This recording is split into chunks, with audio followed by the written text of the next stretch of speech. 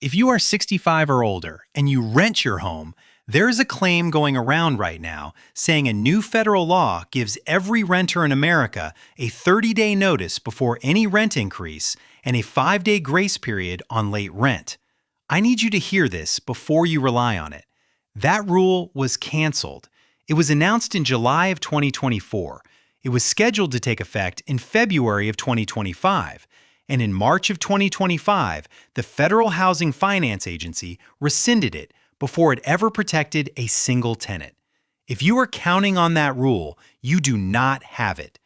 But here is what you do have, and this is the part almost nobody is talking about.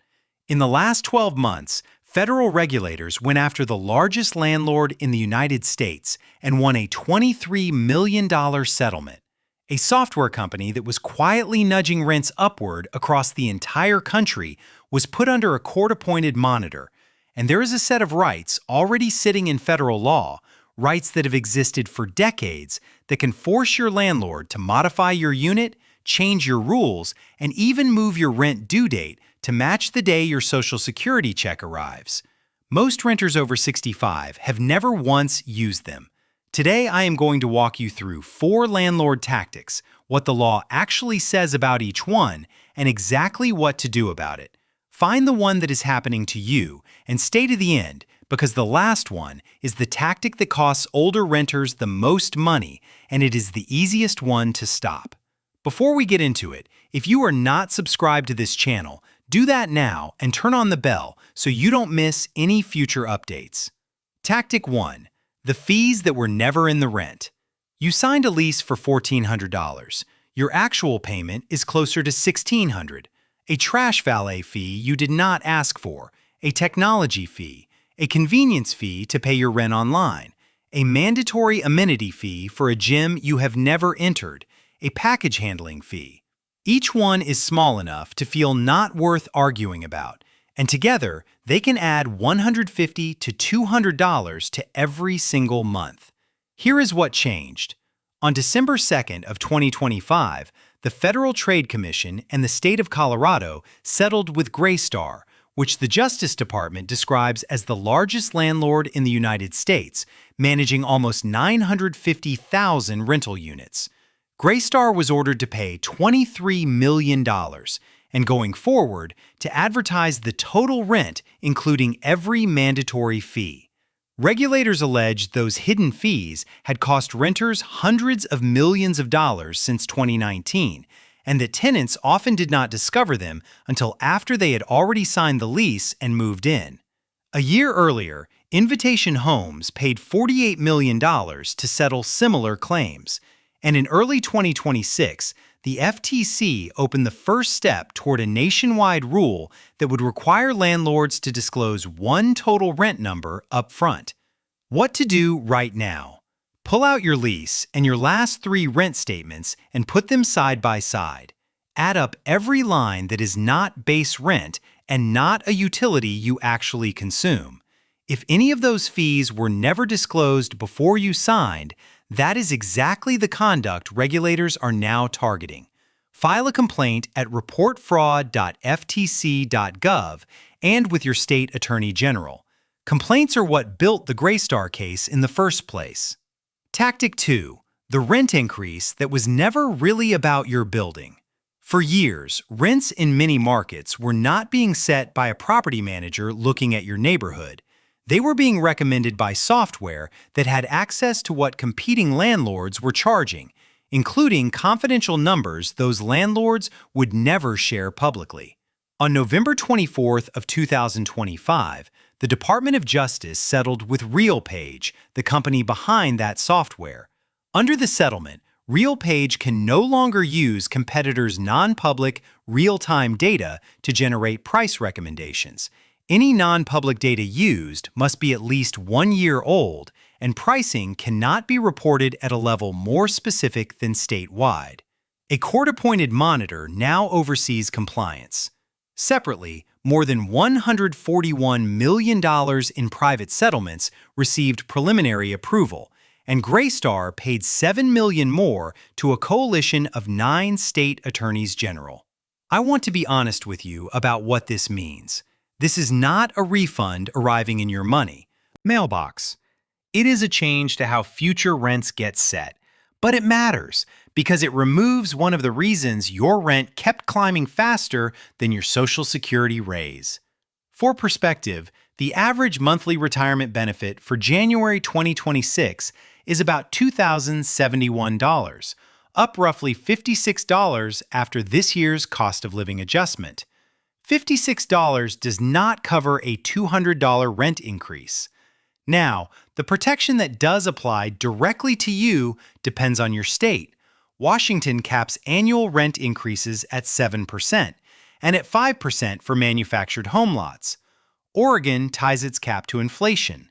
California caps increases at 5% plus inflation, up to a maximum of 10%.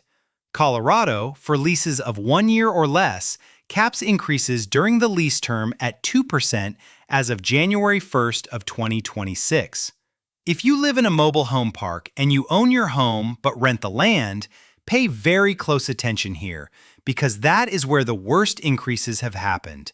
In Washington, one couple watched their lot rent climb from $610 to $1,300 before the cap arrived. California requires 90 days written notice on a space rent increase, and residents there can call the State Mobile Home Assistance Center at 1-800-952-8356. Tactic 3. The security deposit that never comes back. This one hits older renters hardest because a deposit is often 1 or 2 months of income sitting in someone else's account, and because after 10 or 15 years in the same unit, a landlord can claim almost anything as damage. It is not. Normal wear and tear is not damage. Repainting between tenants, routine cleaning of a unit you left broom clean, and carpet that has simply reached the end of its normal life are generally not deductible. And there are deadlines your landlord must meet. California, 21 days. New York, 14 days. Illinois and Texas, 30 days. Florida, 15 days if there are no deductions, 30 if there are. Virginia and Maryland, 45 days. In many states, if your landlord misses that itemization deadline, they forfeit the right to deduct anything at all. The penalties are real. Massachusetts allows triple damages plus attorney's fees. Texas allows 3 times the wrongfully withheld amount plus $100 plus fees. California allows up to twice the deposit in statutory damages. Before you move out of anywhere, photograph every room with a timestamp and give written notice of your forwarding address, because in several states, the clock does not even start until you do. Tactic 4. Being pushed out of a home you can still afford. This is the one that costs the most, and it is the one people are least likely to fight. It looks like this. You ask for a grab bar in the bathroom and get told no. You ask to move to a ground floor unit because the stairs have become dangerous and get told no. You need a live-in aid, or a reserved parking space near the door, or a companion animal, and get told the building does not allow it. Or a repair request is followed a few weeks later by a notice to vacate. Or someone offers you cash to leave a long-term unit voluntarily. Under the Federal Fair Housing Act, a landlord must grant reasonable accommodations for a disability, and age-related mobility and medical needs are covered. That includes an assistance animal despite a no-pets policy, an accessible parking space, a transfer to an available ground floor unit, a live-in aid, and yes, adjusting your rent due date so it lands after your benefit arrives. Your landlord cannot charge you an extra fee or deposit for granting one. Physical modifications like grab bars and ramps must be permitted, and in federally subsidized housing, the provider pays for them. Retaliating against you for requesting a repair or reporting a code violation is illegal, and many states presume retaliation if the notice arrives within a set window, 180 days in California.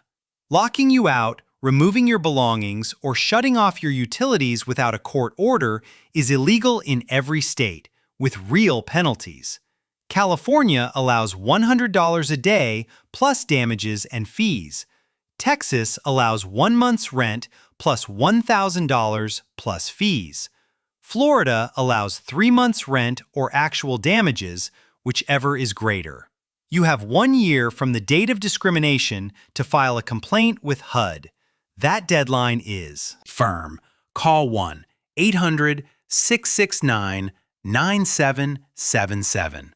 So here is your summary. If fees are the problem, add up every non-rent charge on your statement and file with the FTC and your state attorney general. If a rent increase is the problem, look up your state's cap and your required notice period. And if you rent a mobile home lot, check your state's separate rules. If your deposit is the problem, know your state's return deadline, document everything, and remember that missing that deadline can cost your landlord the right to deduct anything. And if you are being pushed out, put your accommodation request in writing, keep a copy, and understand that the Fair Housing Act is already on your side. 3 numbers to write down. HUD, Fair Housing, 1-800-669-9777. The Elder Care Locator, which connects you to your local area agency on aging, 1-800-677-1116, and free legal aid at lsc.gov. Laws vary by state and they change, so verify before you act. Subscribe, share this with someone you know who rents, and I will see you in the next one.